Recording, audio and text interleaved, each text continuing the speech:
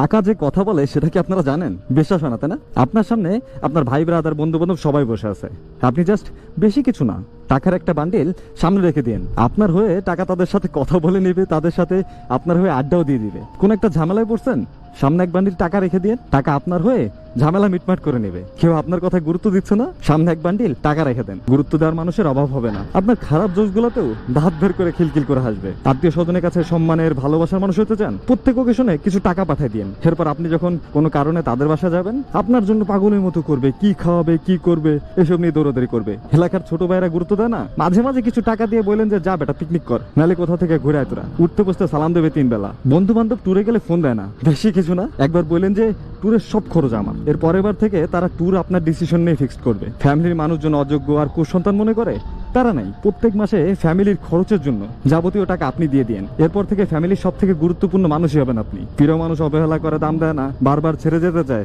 Bank balance এই পরিমাণে বাড়ান যেটা তার বাপ দাদা না বলে কেউ কখনো চোখেও দেখে নাই। শুধু মেয়ে না, মেয়ের পরিবারও আপনার ফ্যান হয়ে থাকবে। শ্বশুর বাড়ির মানুষজন সম্মান কম দেয়, প্যারা নাই, প্রত্যেক ওকেশনে শ্বশুর বাড়ির গোষ্ঠীর সবার জন্য গিফট পাঠিয়ে দিন। শুধু সম্মান না, আর অনেক কিছু পাবেন। আর তাদের মেয়ে জীবনে কোনোদিন বড় গলায় কোনো কথাও বলবে না। টাকা দিয়ে 99.9% জিনিসই কেনা সম্ভব বা নিজের করে নেওয়া সম্ভব। এখন নিজেরাই বলেন টাকা কি কথা বলে নাকি বল